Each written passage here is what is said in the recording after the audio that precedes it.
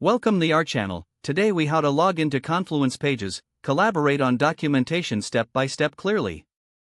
To log into Confluence pages, begin by opening your preferred web browser. In the address bar, type in the URL of your Confluence site. Press the Enter key to navigate to the site. On the home page, look for the Login button, usually located at the top right corner. Click on the Login button to proceed. You will be prompted to enter your email address or username. Type in your email address or username in the designated field. Next, enter your password in the password field. If you have forgotten your password, click on the Forgot Password link for recovery options. After entering your credentials, click the Login button to access your Confluence account. Once logged in, you will be directed to the dashboard or home page of your Confluence space. Here, you can view recent activity, popular pages, and any updates from your team. To find specific documentation, use the search bar located at the top of the page. Enter keywords related to the document you wish to collaborate on. Filter your search results by page type if necessary. When you find the page you want to edit, click on its title to open it.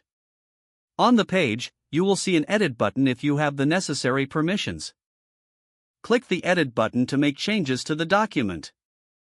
After making your edits, add any comments or tags as needed. Finally, click the Publish button to save your changes and update the document. Now you have successfully logged in and collaborated on documentation in Confluence.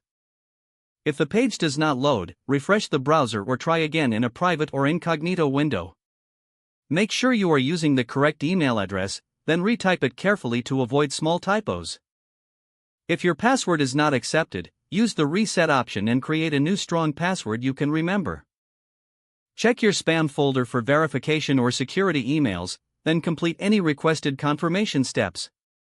Enable two-factor authentication if available to improve account security and reduce unauthorized access risk.